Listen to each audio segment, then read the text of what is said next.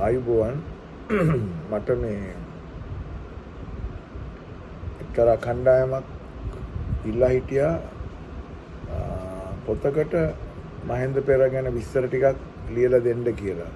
ඉතින් මට ලියන්න පොඩ්ඩක් අපහසු මේ මොහොතේ අපහසු නිසා මම මේ වීඩියෝ එකකින් රෙකෝඩ් කරනවා මහේන්ද්‍ර පෙරේරාගේ ඇක්ටිං මහේන්ද්‍ර පෙරේරා එක්ක මම ආපු ගමනේ විස්තර කරන්න. ඉතින් ඒක නිසා මම මේ වීඩියෝ එකත් ඒ වීඩියෝ එකෙන් කරලා එතකොට ඒක බාර දුන්නාම ඒක ඒගොල්ලෝ පොතට යොදා ගනි. මොකද මට විශේෂයෙන් කියන්න ඕන මට මහේන්ද්‍රව හම්බ වෙන්නේ අඳුරගන්න 1985 නැත්නම් 86 සුරිත් හේකන්ද ව්‍යංග කියන නාට්‍ය කරන්න හදනකොට සුපිරි හදවත් එක්ක කමල් අද්දරාරච්චි තමයි මාව එක්ක යන්නේ වරින් යන්න ඔබ ගැලපෙනවා මේ චරිතෙට ටිකක් මහතට ඉන්නත් ඕන කියලා මහතට වඩා චබිවට කියලා එක්කන් ගියා. ඉතින් ව්‍යංගයක විච්ච විදිය මම වෙන වෙලාවක් කියන. ඒතර ඒක හිටියේ සෙට් එකේ හිටියේ කමල් අද්දරාරච්චි රමණි බර්තලමියස් සේනක ඩිසිල්වා කොරියෝග්‍රාෆ් කරන්න එනවා. එතකොට මිටි එක්කෙනෙක් ආව අපිට ඒකේ ඇක්ටිං කියලා දෙන්න. ඒ තමයි මහේන්ද්‍ර පෙරේරා. මහේන්ද්‍ර පෙරේරා ඇවිල්ලා අපිට ඇක්ට් කරන විදිහේ වර්ක්ෂොප්ස් කරා. ඒකේ තව ආටිස්ට්ලා ගොඩක් නිල්මිනි ටෙන්නකෝන් ආවේ ඒක හරහා. ඒ කියන්නේ ඉන්ඩස්ට්‍රි එකට ආවේ ඒක හරහා. එතකොට ප්‍රසන්න විතානගේ මහත්තයාගේ බිරිඳ එයා සියලු දෙනාම ඒක අපිත් එක්ක එතකොට එකට වැඩ කරනවා. ඉතින් මම ඉස්සෙල්ලාම ඇක්ටිං ගැන මොනවා හරි අභ්‍යාසිකව දැනගත්තේ අභ්‍යාස කියන්නේ ඇකඩමිකලි දැනගත්තේ මහේන්ද්‍රගෙන්. අපි ඉස්සර නිකන් බලන් ඉඳලා ඇඩ් කරනවා විතරයි නේ. නමුත් මේකේ කොහොමද ඇඩ් කරන්න හිතන්නේ කරන්න කියන්නේ. ඉතින් ඊට පස්සේ මම ෆිල්ම් ඉගෙන ගන්න ඇමරිකාවට යනවා නිව්යෝක් සිටි එකට ගිහිල්ලා මම මගේ ග්‍රැජුවේෂන් එක තියෙනකොට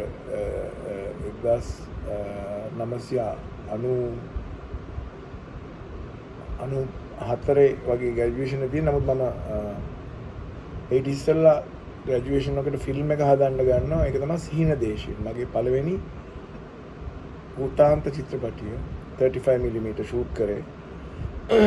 ඒක අපි සේනක කොරියෝග්‍රැෆි වලට හොඳ නිසා මම ප්‍රින්ස් ඔෆ් ඩෙත් මරණේ කුමරු කියන එකට සේනකව කාස්ට් කරනවා. නමුත් සේනකට මොකක් හරි හේතුවකට එන්න විදියක් නැතුව යනවා. මොකද එයා ප්‍රොෆෙෂනලිම ඇක්ටර් කෙනෙක් නෙමෙයි. එයා කොරියෝග්‍රාෆර්, ෆැෂන් ඩිසයිනර් ඒ ඔක්කොම එක්ක ඊට පස්සේ ඒකට කෙනෙක් හොයාගෙන යනකොට මට හැමෝම කියන්නේ මහේන්ද්‍රව ගන්න. මහේන්ද්‍ර පෙරේරා ඊට පස්සේ මහේන්ද්‍රව ගිහිල්ලා මම හම්බෙලා මට දැන් සේනකගේ තියෙන රැවුලක් එක්කනේ මට හිතෙනවා මේ රැවුල මෙයාට යන්න ඕන කියලා. ඊට පස්සේ රැවුල දාලා වසන්ත විට්ටසි තමයි මේකප් ටෙස්ට් එක කරේ. ඒ ටෙස්ට් එකත් කරලා බැලුවා. එතකොට මහේන්ද්‍ර මට හිමීට ඇවිල්ලා කිව්වා මචං මෙහෙමයි අපි රැවුල නොදා කරන්න පුළුවන් වැඩි හොඳ මට මේ මුහුණේ තියෙන එක්ස්ප්‍රෙෂන්ස් පෙන්වන්න බෑ රැවුල දාගත්තාම. මට ඕකේ එතකොට තේරෙන්නේ නැහැ. නමුත් කල්පනා කරලා බලපුවම ඇත්ත. ඒ කියන්නේ ඔහොම එකක් ගියත් ඒක රැවුල තියෙදි ගොඩක් වැහිලා යනවා. දුකක් ආවත් ඒකේ කොටසයි පේන්නේ. ඉතින් මං හිතුවා එහෙනම් ඒක හොඳ දෙයක්. මොකද ඒතකොට මං අහලා තියෙනවා මයිමින් ආටිස්ට් කෙනෙක් විදියට අර ඩේවිඩ් බෝවි වගේම මහේන්ද්‍රලත් මයිම් කරන්න පුළුවන් කියලා. ඉතින් එහෙම දෙක තුනක් යා කරලා පෙන්නද්දි මට තේරුණා ඔව් මේක රැවුල එක්ක හරියන්නේ නැහැ. හැබැයි රැවුලක් තියෙන්න ඕන වෙන ආකාරයේ රැවුලක් දාමු කියලා. මරණේ කුමරුට එහෙම තමයි ඒ සීන දේශයෙන් එකේ රැවුල එන්නේ වෙන විදියකට. ඉතින් මහේන්ද්‍රත් එක්ක ඒකේ වැඩ කරන්න ගන්නවා. ඒ වැඩ කරන්න ගද්දි මගේ රූම්මේට් හැටියට ඇත්තටම ඉන්නේ මහේන්ද්‍ර පෙරේරා. ඒ කාලේ නළුවෙක් නිලියෙක් සෙට් එකට ආපුවම ෆිල්ම් එකක් ඉවර වෙලා තමයි ගෙදර යන්නේ. ඒ කියන්නේ අපි දවස් 30ක් ෂූට් කරනවා නම් ඕනනම් එක දවසක් ගෙදර ගිහිල්ලා එහෙම නැත්නම් සෙට් එකේ ඉන්නවා. දැන් මේ නළුවා ඇවිල්ලා නළුවා නිලි ඇවිල්ලා මේ උදේ මගේ වැඩේ ෂූට් කරලා හවස් වෙනකොට තව එක ෂූට් කරන්න යන්නේ. ඒ කාලේ එහෙම තිබුණේ නැහැ. තිබුණ කොටසකුත් හිටියා නමුත් වැඩිපුරම 98%ක්ම වුණේ අර විදියට. ඉතින් මහේන්ද්‍රක ඒ කාලේ ගත කරද්දී මට තේරුණා මේ සිහින දේශයෙන් එකේ මම ගොඩක් ඒ චරිතෙට තිබුණේ කතාව අඩුවෙන්. කතාවක් ඇත්තටම තිබුණේම නැහැ. කතාවට තිබුණේ වොයිස් ඕවර් එකක් විතරයි. ඒ කියන්නේ ඒ රූපේට පිටිපස්සෙන් එන එයාගේම වොයිස් එකක් විතරයි. එතකොට ඒකත් තිබුණොත් දැන් හරි අඩුයි. ඉතින් මෙයාට ගොඩක් තියෙන්නේ මයිමින් වලින් ඇඩ් කරන එක. ඉතින් ඒකේ මරණේ කුමරුගේ චරිතේ තනිකරම ඒවා පාන්නේ ඒක තනිකරම යා නිර්මාණය කරලා පෙන්නන්නේ කතා නොකර ඒ කියන්නේ නිශ්චල මේ සමාවෙන්න ඕන මේ මයිමින් ටයිප් එකේ ඇක්ටිං වලින් තමයි පෙන්වන්නේ. ඉතින් ඒකම පෙන්වන්න යම් කිසි දක්ෂතාවයක් තියෙන්න ඕන. ඉතින් ඒ අපිට ඕන අර්ථය ගන්නත් එපා. ඉතින් ඒ හැම සීන් එකම වගේ එන්නේ ඒ කියන්නේ අනිත් චරිත වලට මෙයාව පේන්නේ නැහැ කියන එක තේරුම් යනවා. ඔඩියන්ස් එකට පේනවා කියලා තේරෙනවා. ඒ අරුණා වෙන කවුරුත් දකින්නේ නැහැ. මේ මොහොතේ ආගාව ඉන්න අනිත් අයටවත් එයාව පේන්නේ නැහැ කියන විදිහට තමයි ඒක අපි අරන් එන්නේ.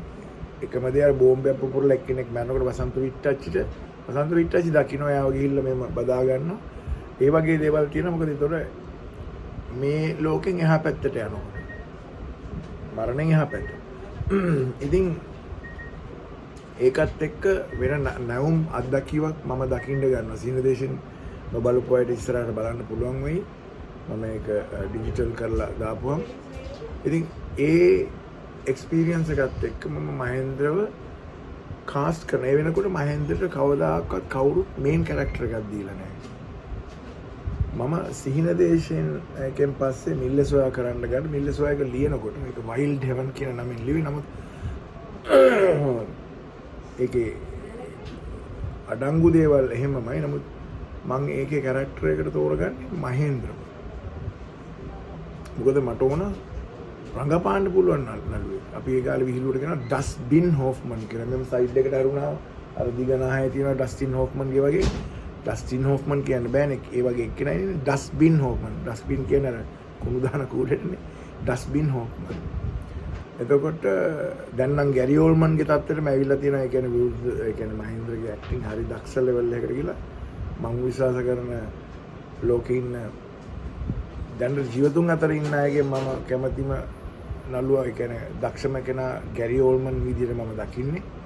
ඒකට ගැරි ඕල්මන්ගේ ලෙවල් එකටම මම මහේන්ද්‍රව මට එහෙම කියන්න බෑ. මොකද ඊට පස්සේ අපි මිල්ල සොයායක කරන්න ගියාපුවාම ඒකේ මේන් ඇක්ටර් විදිහට මහේන්ද්‍ර ඉන්නේ. මොකද මහේන්ද්‍රට එහෙම දෙන්නේ නැත්තේ හුඟක් අය.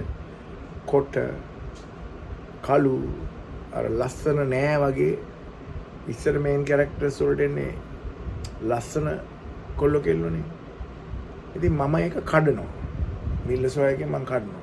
එහෙම ඉඳලා හිටලා ගියාවේ අමරසිරි කලන්සූරිය තමයි. නමුත් මමත් මේකේ එහෙමම කඩලා දානවා. කඩලා එයා එක්කව වෙන්නේ සංගීතත් එක්ක. ඒතකොට සංගීත කියන්නේ නිලි රෙජින. ඒ මොහොතේ ශ්‍රී ලංකාවේ සිනමාවේ නිලි රෙජිනත් එක්ක මහේන්ද්‍ර රංගපාන. ඒතර මහේන්ද්‍ර මේන් කැරක්ටර් එකක් කරලත් නැහැ. නමුත් මට ඔතනදී ඕක අපි ඔය මහේන්ද්‍රත් එක්ක ඒ කරපු වැඩේදී අපි ශ්‍රී ලංකාවේ සිනමාවේ ඇක්ටිං ස්ටයිල් එක කඩනවා. ඒක ඒ කාලේ ගොඩක් ක්‍රිටික්ස්ලා කතා වුණා. දැන් අය දන්නේ නැතුව ඇති. නමුත් අපි ඒ නැවුම්ම රංගනයක් සිනමාවට ඉදිරිපත් කරනවා මිල්ල සොයායක හරහා. ශ්‍රී ලංකාවේ සිනමාවටම. එතකොට ඒක මම නෙමෙයි මේ ක්‍රිටික්ස්ලා කියපු දේ කියන්නේ විචාරකයෝ කියපු දේවල් බලපු අය කියපු දේවල්. හැබැයි ෆෙස්ටිවල්ස් වලට යද්දී ඒක අහුන්නේ නැහැ ජූරිස් වලට. මොකද ජූරිස් පොදු වෙලා තිබුණේ තාම අනිත් සිස්ටම් එකට. කොහොම හරි ඒකට ඒක හේතුවක් වෙනවා. මම කරනවා ඇඩ් එකක් එවරඩි ඇඩ් එකක් දිලීප් අබේසේකරත් එක්ක. කරුණාරත්න අබේසේකර අංකල්ගේ පුතා දිලීප් අබේසේකරත් එක්ක කරද්දී ඒකේ එතකොට මගේ මිල්ලසොයාගේ කැමරාමන් මෝෂේ බෙන්යායිෂුත් ඇවිල්ලා ලංකාවට. එයාත් නිකන් ඉන්න බෑ යමු මේ මම කමර්ෂල් එකක් කරනවා කියලා. මම එතකොට ඒකේ කැමරාව කරේ චන්න දේශප්‍රිය. එතකොට ඒකේ ෂොට්ස් වගේක් ගන්න තිබුණා. මාටින් වික්‍රමසිංහ මහත්තයලා ඒ ගඟ මට ඒ හරිය මතක නැහැ මොකද්ද කියන්නේ කියලා. ඒ ගඟ මැද මොකද ඒකේ තියෙන මේ දූපතේ එලියක් යනවා. දූපත පිටිපස්සෙන් පේනවා මඩොල් දූගේ මොකද්ද මට මතක නැහැ මොකද්ද හරියට කියන්නේ කියලා. කොහොම හරි මේ දූපත පිටිපස්සෙන් පේනවා. ඒ අපි කතා කරනකොට ඒක ටීවී ඇන්කර් කෙනෙක්මයි ඒක ප්‍රසන්ට් කරන්නේ. ඒ වගේ ඒක තියෙනවා. ඉතින් අපි දැන් අනිත් ඒවා ඔක්කොම ෂූට් කරලා දැන් ලයිට් බහගෙන යන්නේ. ගඩි පිටි ගාලා ගන්න ඕන අපි දැන් ගඟ මැද්දට ගිහිල්ලා ගඟේ ඒ සීන් එක කරන්න ලෑස්ති වෙනකොට ස්ක්‍රිප්ට් එක හොයනවා. මම කෝ ස්ක්‍රිප්ට් එක කියලා අහනවා. මගේ ඇසිස්ටන්ට් ඩිරෙක්ටර් කෙනෙක් දන්නේ නැහැ. කොපිරයිටර් දිලීපා බේසේ කරගෙනලත් නැහැ. සෙට් එකේ කවුරු ගාවත් නැහැ. ඒතකොට ටක් ගාලා කරන්න දෙයක් නැහැ. අපි ඒ වෙලෙම මොනවද ලයින්ස් ටික කියලා බලලා ඒ වෙලෙම ටක් ගාලා මේක කරලා ස්පොන්ටේනියස්ලි. ඒ කියන්නේ ඒ මොහොතේම ලයින්ස් ටික හදාගෙන ටක් ගාලා ෂූට් කරනවා. හරියට නිකන් ඩොග්මා ස්ටයිල් එක වගේ. ෂූට් කරද්දී ලස්සනට ඒක එනවා. ඒක ආවයින් පස්සේ මට ඒ ස්ටයිල් එක වැදුනා. ඒ ස්පොන්ටේනියස් කියන එක වැදුනා. මොකද සිහින දේශයෙන් එකේ මහේන්ද්‍රේ කැරක්ටර් එක හැදුවේ අපි ස්පොන්ටේනියස්ලි. අර මරණේ කුමරු කෙනෙක්. ඒ මොහොතේ කතා වෙලා මෙහෙම කරමු මෙහෙම. දැන් මට තේරෙනවා මට මහේන්ද්‍රත් එක්ක මේ දේ කරන්න පුළුවන්. ඉතින් ඕකට තව රුකුලක් වෙනවා. ඒ මේ කමර්ෂල් එකේ විච්ච දේ ස්ක්‍රිප්ට් එක මතකන වෙලා ගිහිල්ලා එතකොට අපි මම කරන්නේ මුළු මිල්ලසොයා එකේම ස්ක්‍රිප්ට් එක ගන්න ගයිඩ් එකක් හැටියට විතරයි. ඒ ස්ක්‍රිප්ට් එකේ තියෙන විදියටම කියවන්නේ වචන. ඒ කියන්නේ අපි කිව්වොත් එමේ ස්ක්‍රිප්ට් එකේ ලියලා තියෙන්නේ හොඳයි මං ගිහින් එන්නම් කියලා. නමුත් ඒ වගේ තැනකට ගැලපෙන්නේ ඒ කාලේ තිබිච්ච විවාහාරය අනුව මචං මං කැපෙනවා එහෙනම්. අර ඉංග්‍රීසියෙන් කියන්නේ කියන එක okay I will leave now කියන එකට ඒගොල්ලෝ කියන I'm cutting out of here කියලා ඒ වගේ මචං මං කැපෙනවා එහෙනම්. ඒ වගේ ඒ කාලේ භාවිත වෙන්නේ අපි ඒ වගේව දැම්මා. ඒ කියන්නේ ස්ක්‍රිප්ට් එකට මම මේව වෙලා හිටියේ නෑ. ඒත් එක්ක ඉතාලි ගියාපම තව දෙයක් වුණා. අර වගේම ස්ක්‍රිප්ට් එක දාලා යනවා රොක් කරාස් ඔයද්දි. හිම ෂූට් කරන්න දෙන කලබලේ දඩි පිටි ගාලා යද්දි ස්ක්‍රිප්ට් එක නැතුව. එතනින් පටන් ගන්නවා පළවෙනි සීන් එක ස්ක්‍රිප්ට් එක නැතුව ෂූට් කරන මිල්ලසොයා එකේ බලපු අය දන්නවා ඇති. මචං කියලා ඇමති කෙනෙක්ගේ පුතාට කතා ගන්නනේ. මචං අර කිංස්ලි අපේ සල්ලි ටික අරන් ඔක්කොම අරන් පැන්නා. ඒ කියන්නේ අනාථ වෙලා. බල්ගේරියාවේ අනාථ වෙලා වුණාට ගන්න ටෙලිෆෝන් කෝල් එක. එතන ඉඳලා අපි දිගටම ෂූට් කරේ. ලොකෝට ස්ක්‍රිප්ට් එකක් භාවිත කරන්නේ නැතුව. මොකද භාවිත කරන්න හැබැයි අපි හැමෝම සීන්ස් ටික දන්නවා. අපි මේ වෙලේ ඒක හදාගෙන එතන දිගටම ඒක ගියා. ඒක හරි සාර්ථක වුණා. ඉතින් මහේන්ද්‍ර ඒකට ගොළු ලොකු මේ උදව්වක් වුණා. මොකද හේතුව හැම ඇක්ටර් කෙනෙක්ම දක්ෂයි හිටියේ. නමුත් හැමෝටම ඒක පුරුදු වෙලා තිබුණා. ඉතින් මම එතන ඉඳලා ලොකුවට රිහර්සල් කරන්න යන්නේ. අන්තිමට මම හිතන්නේ වැඩිපුරම අන්තිමට රිහර්සල් කරන එක අඩුම කරලා දැම්මේ ලක්ෂ්මන් මෙන්ඩිස්ුයි මහේන්ද්‍රගේ වීණා ජයකොටිගේ සීන් එකක් තියෙනවා. මහේන්ද්‍ර නිදාගෙන උනද ඕ වල් පරයතු එක ගිහිල්ලා රාම්ද ගහලා මෙහෙමද ගෙදර ඇවිල්ලා නිදාගෙන ඉන්න කියලා ඇදලා අර ගන්නවා. ඇදලා අරගෙන අර ඕක මගේ නෙමේ බයිසිකල් ඕක මගේ බයිසිකල් එකේ මම අතහැරලා දාලා යන්නේ. මට ඉතාලියන් ඕන අරම්මනම් කියලා පාට් දාන එන්නේ ඒ සීන් එක. ඒක නිදාගෙන ඉන්න මහේන්ද්‍රට ඇරෝගෙන ඇවිල්ලා ලක්ෂ්මන් එමෙන් තඩි බාන. ඒ සීන් එක අපි 8 පාරක් විතර රිහර්ස් කළා. මොකද ඒකේ කැමරා මූවමන්ට් එක ටිකක් හරි කොම්ප්ලිකේටඩ්. ඒ කාලේ කැමරා මූවමන්ට්ස් කොම්ප්ලිකේට් වුණාම කැමරාසුත් ලොකුයිනේ අමාරුයි. ඉතින් ඒක ඉතින් ගොඩක් රිහර්ස් කරා. ඒතර මහේන්ද්‍රමයි සජෙස්ට් කරේ මචං මෙහෙම කරපුවම මේ ඇක්ට් එක බහිනව නේද කියලා. මටත් තේරුණා අර ලක්ෂ්මන් ගත්ත ගින්දර එන්න අඩු වුණා ඒ ෆස්ට් රිහර්ස් එකෙන් පස්සේ ටිකක් වෙලා යද්දි. ඊට පස්සේ එකක් ඕකට තව සිස්ටම් එකක් තියෙනවා බ්ලොකින් කියලා. ඒ කියන්නේ බ්ලොකින් කියන්නේ ඇවිද කරන එකක් ඇඩ් කරනවට වඩා. නමුත් අපිට තරුණ ජවයේ මෙහෙම නින්නේ එක ගන්න මොන කියලා ඒ විදිහට කරලා එතනින් පස්සේ මම හිතුවා මම එහෙම ලොකුවට රිහර්සල් කරන්නේ නැහැ. නමුත් ෆිල්ම් නිසා අපිට රිහර්සල් එකක් හෝ දෙකකට යන්න සිද්ධ වුණා. නමුත් ඊට පස්සේ මගේ හැම වැඩකටම වගේ මහේන්ද්‍ර සම්බන්ධ වුණා. මගේ අනිත් හැම වැඩක්ම ඩිජිටල් වලින් කරපු හැම වගේ මගේ තමයි පළවෙනි ඩිජිටල් ෆිල්ම් එක නිම්නේක උදකලා ලංකාවේ කරපු සිංහලෙන් කරපු ඒක එළියට එන්න ටිකක් කල් ගියා මගේ කොහොමත් වැඩ ටිකක් කල් යන නිසා ඒක තමයි ඉස්සෙල්ලාම ෂූට් කරපු එක ඩිජිටල් ඒ කියන්නේ ෆුල් HD ෂූට් කරපු ෆිල්ම් එක කොහොම හරි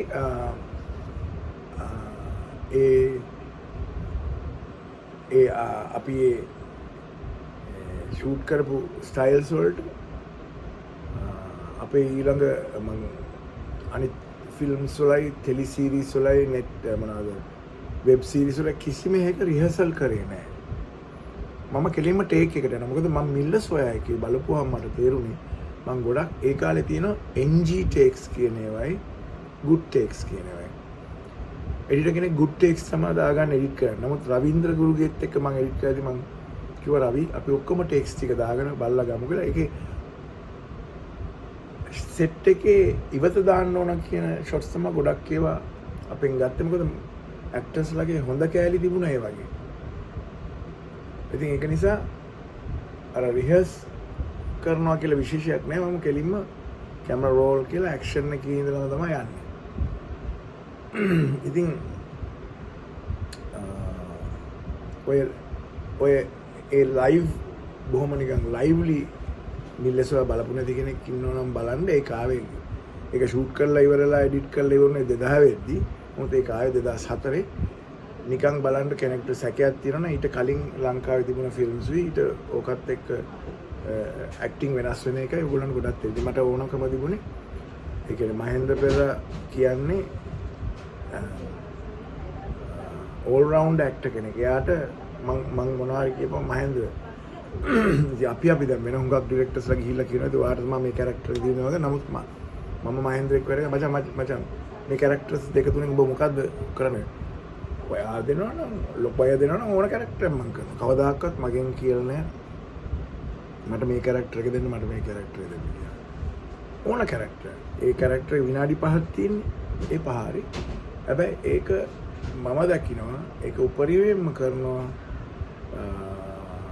සහ මහේන්ද්‍රට ඇක්ටිං විතරක් නෙමෙයි කලා අධ්‍යක්ෂණය මගේ සිහින දේශයෙන් එකේ එයා තමයි සහාය කලා අධ්‍යක්ෂණය කරන්නේ.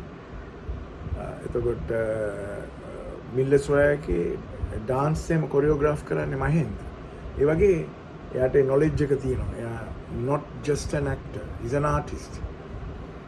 ඉතින් ඒ මහේන්ද්‍ර පෙරේරාගෙන් ලොකු දෙයක් ලංකාවේ සිනමාවට දායක වුණා. නමුත් ඒ අවුරුදු වල හොඳම නළුවා ඒ වගේ එනකොට හුඟක් අයට ඒක දැනුන්නේ නැහැ. දැන් ගොඩක් අය කියනවා මම නළුවෙක් උනේ මේක බලලා මම අධ්‍යක්ෂකවරයෙක් උනේ මේක බලලා කියලා දැන් ගොඩක් අය කියනවා. නමුත් ඒ මොහොතේ ඒක රෙජිස්ටර් වුණේ නැහැ. ජෙනරේෂන් දෙකක වෙනස. ඉතින් මම හිතන්නේ මහේන්ද්‍රගෙන් මිල්ලස්වායක විශේෂයෙන් මේක හරහා පළවෙනි වතාවට මේන් කැරක්ටරයක් කරලා ලංකාවේ රංගනය චිත්‍රපටි රංගනය එහෙම් පිටින්ම වෙනස් කරනවා. ඉතින් ඒක අනිත් ඇක්ටර්ස්ලට හරි නැවුම් භාවයක් ලැබුණා. ඉතින් මට අවශ්‍ය වුණා ඒක මහේන්ද්‍ර ගැන කියන්න. අද වෙනකොටත් ගොඩක් දේවල් කාස්ටිං වලදී පවා සීන දේශයෙන් කාස්ටිං වලදී මිල්ලස්වාය කාස්ටිං වලදී මගේ ගොඩක් ෆිල්ම්ස් වල ටෙලි සීරීස් වල කාස්ටිං වලදී මහේන්ද්‍ර එකතු වෙනවා. මොකද ඒ කියන්නේ ඒ නොලෙජ් එක යට තියෙන නිසා. ඉතින් මට ওই ටික තමයි ෂෙයා කරන්න ඕන වුණේ.